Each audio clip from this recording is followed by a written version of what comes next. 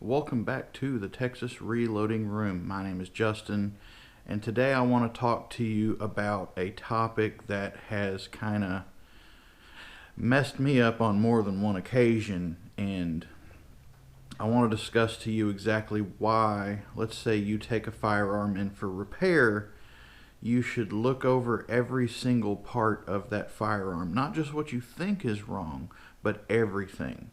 Compare the list of parts that you have to the schematic of the firearm.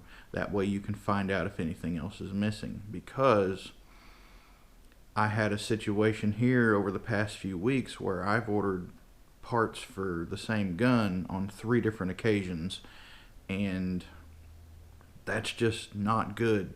It's a lot of time-consuming, time waste. And the last thing you want to do is waste time. I don't want any of you guys to get that reputation as a gunsmith that it takes you 6 months to finish a firearm, or takes you a year to finish a firearm. There's a lot of that in my area, and that's the reason that people come to me, is because I don't take that long. Most people get their guns turned around in less than 3 weeks here. So we'll go over to my bench. I'll show you the particular firearm that I'm talking about, that I finally got all the pieces in for, and then we'll reassemble it. So here is the firearm in question. This is a Lefevre Nitro Special, double barrel 20 gauge, I believe this one is. And the primary thing that I want to focus on is all going to be in there. So I'm going to set the barrels to the side. Now, when I took this in, the customer said, hey, this won't fire. Okay. So I double checked the function, found out the triggers would not operate. They were just moving back and forth. Firing pins were just kind of pushing in and out freely. And so I opened it up, and I compared it to another Lefevre that I had in the safe at the time. The linkage assembly's in here. So these are the sears, and then the hammers were gone as well. So I ordered the sears and the hammers without looking at anything else, mind you, and this is why I'm saying look over the entire thing before you start ordering parts. So I ordered the sears and the hammer, started putting those in, and then I started thinking about it. How the heck are these hammers supposed to be propelled forward? Well, turns out there were no springs or plungers in there either, so I had to order the springs and plungers. And so that was order number 2. And so I put all that in, and I put it all back together thinking it was done, and I tried to cock it. These things cock on open. Whenever you break it open, it pushes the hammers back, and it wouldn't do anything. Okay, so I got to digging a little bit deeper, and I found out there's supposed to be some bars in here that push the hammer back, and those bars were not present. And further, it looks like maybe these cocking levers here got filed down or ground down a little bit. And I talked to the customer about it, and basically what the customer said to me was the previous owner took it to a gunsmith and told the gunsmith to basically make it so it can't fire. Rather than take the firing pins out like most gunsmiths would do, you know, you have a perfectly functioning gun with no firing pins, they removed all of the internal mechanisms. Maybe that gunsmith decided that he was going to try and sell those parts or use them for somebody else's gun. To me, I feel like that's wrong. Any part that I take out of somebody's firearm, I give it back to them when the job is finished. So anyway, here we are at order number 3. And at this point, I've replaced pretty much all the internals of the firearm. We've got our 2 push rods and 2 cocking levers. So what I need to do, this ought to be pretty easy. I can just put that in there. I may have to clean these up a little bit. So anytime I have a little trouble fitting an interference part like that, like I can see some burrs sticking up on the edges here. If it's supposed to have a known flat side, I'll just get my stone and gently polish the side.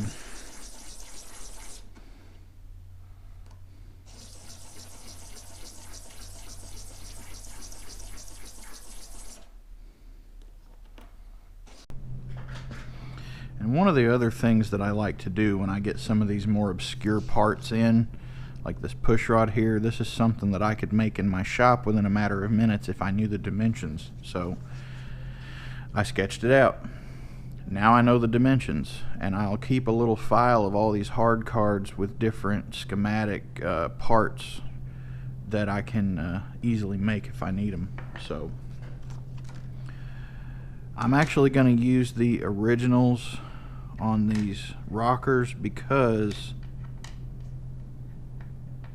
it looks like those actually have not been modified. So I'll keep those as spares and go ahead and put this back together.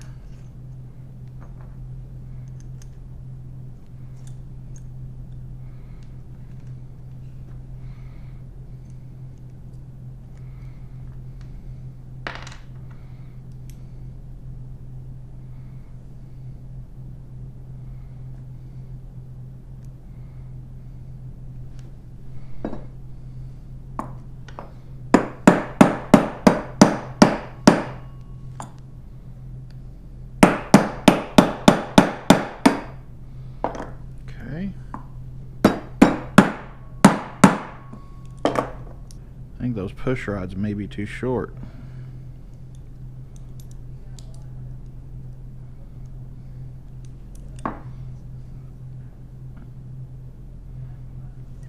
Let's see.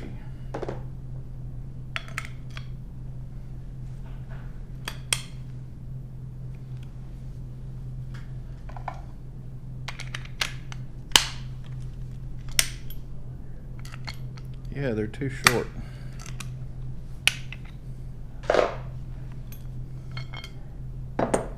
Turns out those caulking rods are the wrong length. Apparently there's 2 or 3 different sizes. This one is 2.539, and I found another instance online where somebody was saying that theirs were 2.910. And just to confirm my hypothesis, I subtracted 2.910 minus 2.539 is 371 thousandths. So I put a 3/8 screw inside the channel along with this, and that operated the hammer properly. So I'm gonna have to cut some longer rods. That's not a big deal. I have the measurement for those now, but that does also mean this firearm is not going to get completed today. I'm going to have to come in and do some machining, and right now the corner where my lathe is at is overcrowded. So another thing that happened, since I don't have the bottom on here, when I was working it, the spring and plunger actually flew out. So I did recover those pieces right here, but I'm going to have to take the whole thing apart and work on this again and make sure that I put that back on. So it's not always good news in the neighborhood in the gunsmith shop. When you think you're going to wrap something up, something will creep up on you, like what happened to us today. But the good thing is we have figured out how to resolve the problem, and that is one of the most important steps. So in the next video, we'll go ahead and cut the new parts and get this thing put back together proper. So thank you for joining me today. I hope that you learned a little something about proper procedures in your shop. Just remember, look at everything before you start throwing parts at it, because you might need more than what you think you need, or you might not need the part that you think you need. So if you have any questions, feel free to leave those in the comments box below. Thanks for watching. Subscribe to the channel. Give me a thumbs up. My name is Justin, and I'll see you in the next one.